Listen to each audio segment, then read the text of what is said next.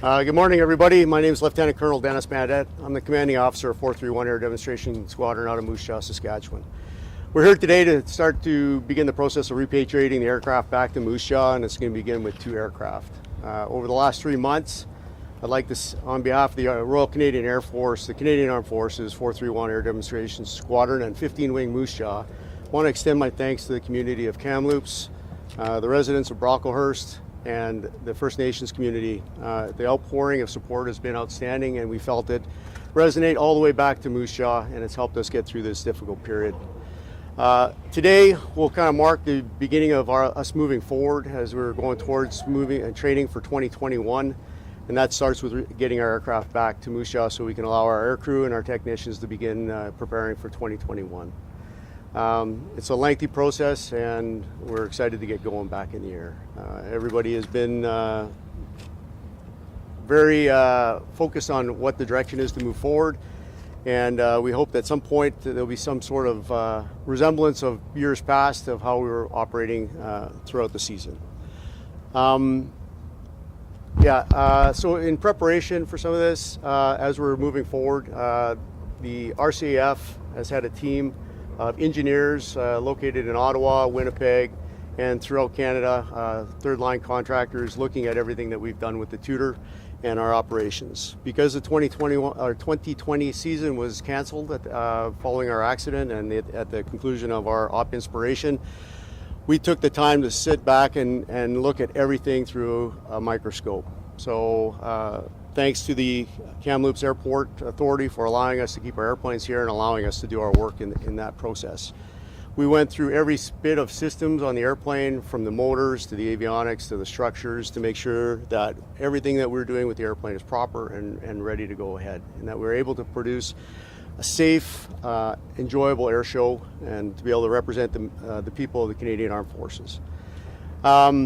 Part of that process takes time, and that's the reason why you've seen the airplanes on the ramp for so long. We're happy at this point that we've assessed the risk and that we've have every confidence in the Tutor moving forward. I wouldn't be standing here today if I didn't have the confidence in the airplane to get in, which I'll be flying one of the aircraft back today.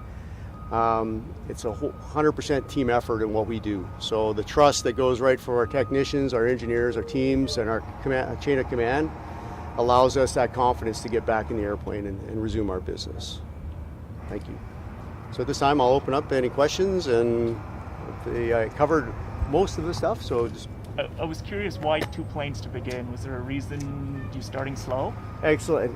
So right now, the bulk of our fleet is here in Kamloops. So we need some aircraft back in Moose Jaw to begin local training, and so that part is getting some of the airplanes back. So we have a fleet of airplanes that move throughout, but as during Op Inspiration, our I guess I call it the most ready or most airplanes were put on that tour, and so we need to get a couple back to get aircrew proficient again. So we have the 11 people on the show team plus our standards officers and the command headquarters staff that need to get trained and work up again, since the delay has been upwards 90 plus days.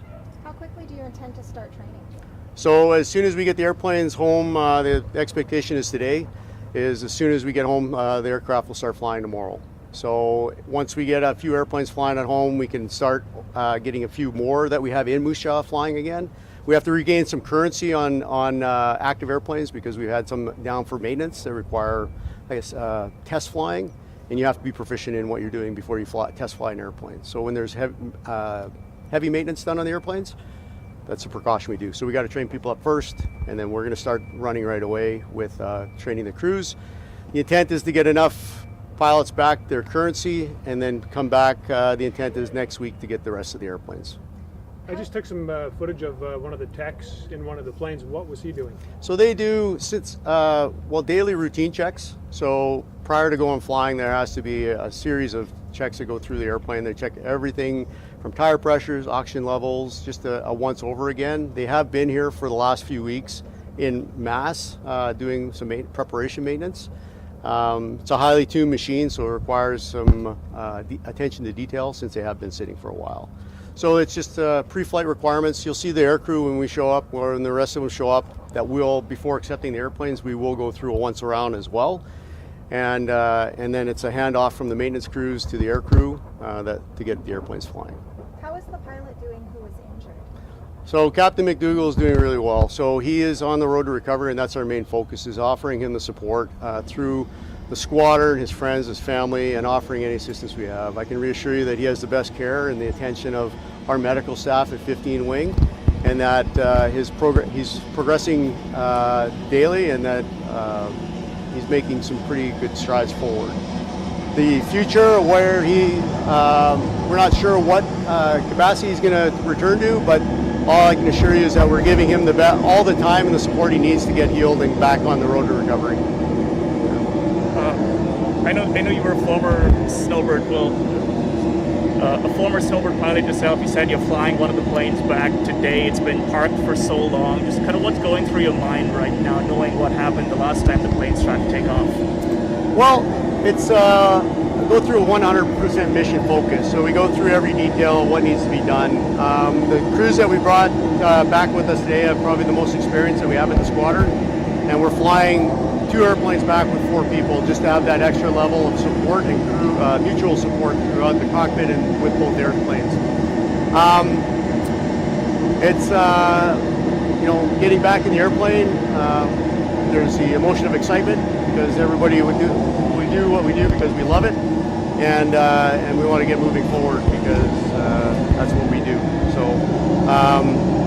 Over the last few months, we've been paying a lot of attention to detail of our SOPs, our procedures, and just making sure that we're happy with the way we do business.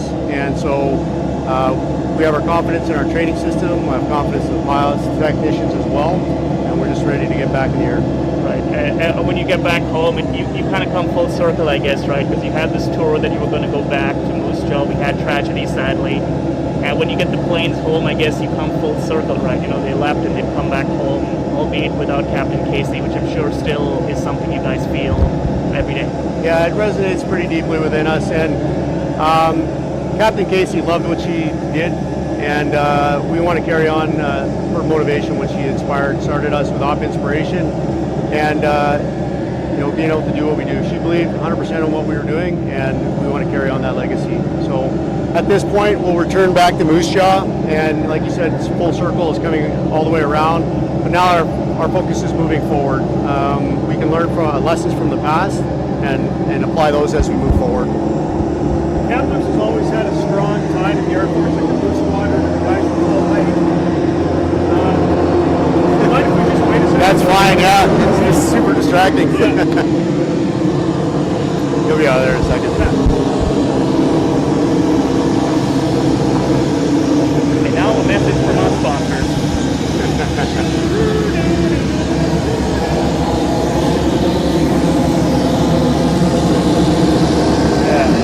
Yeah, that's spiking. That is spiking. This is fine, so I'm glad. Okay. Sorry about that. No, all good. Okay, so yeah, Kamloops has always had a strong tie to the Air Force and the Blue Squadron. The guys from Cold Lake have a strong connection. Were you surprised at the outpouring of support the Snowbirds received? No, not at all. I was actually a member of 419 Squadron over the years, so I know near and dear to my heart how Kamloops treats the Air Force and their veterans. So knowing the fabric of the people here and their support, we knew that we were in good hands during these tough times. So coming here over the years to visit with the community, coming back here and knowing that our jets were left in place, we knew they were in good hands. So. What's your biggest takeaway from this whole experience? The biggest takeaway is it reinforces my support for our airworthiness program. So we don't not put airplanes in the air just for pressures and just for the sake of just putting airplanes in the air. It allowed me to reinforce the confidence I have in the entire system. I know that we don't waver on our number one priority, which is safety, and jumping in the airplane and flying it today, I have 100% confidence in that. So I know the question comes up sometimes about the age of the airplane, but the fact that it's flying, that's so well looked after, is a testament to our program and our maintainers.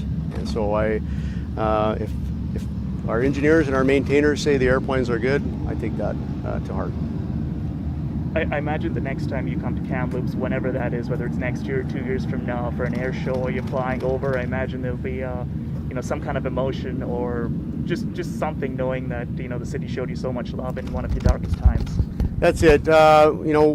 We get a chance to fly all over this great country, and then being able to come back to a place that has our open arms is something that we look at when we're putting our schedule together. So if the invite comes back for an air show or fly pass, we would more than welcome that, and it'd be nice to come back and see some smiling, friendly faces again. And the last thing I can think of, the city's doing up a memorial for Captain Casey. It's still in the early stages, of course. I'm pretty sure you guys will be invited back when it is ready to be unveiled. But just your thoughts on the city, memorializing Captain Casey and the Snowbirds forever. Just your thoughts on that. I think it started off with the memorial wall that was on the fence. That really captured the attention of everybody at the squadron. And then the drum ceremony from the First Nations, that was something that really touched us as well. So. It'll have a special place in our hearts. The squadron really likes to, every place that we've had, maybe some significant moment, I guess is a word we can call it. It'll have it'll resonate pretty deeply with us. And the best thing we do is put on our best performance and show everybody that we're capable of achieving our objective, which is demonstrating the skill, professionalism, teamwork of the Canadian Armed Forces. So we'll take that when we're applying those lessons, and we'll dig a little deeper and making sure we do that 100% in memory of Jen.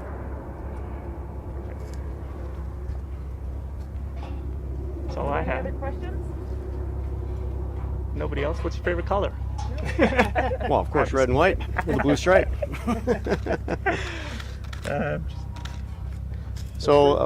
Thanks everybody for joining us today. This is a pretty big milestone for the squadron in our road to recovery, and it's going to start with a flight today. So I'm not sure on the direction of flight just based on the winds right now, so we're going to have a look once the rest of the air crew show up. We'll have a look at the weather and see what makes sense as we get prepared to depart.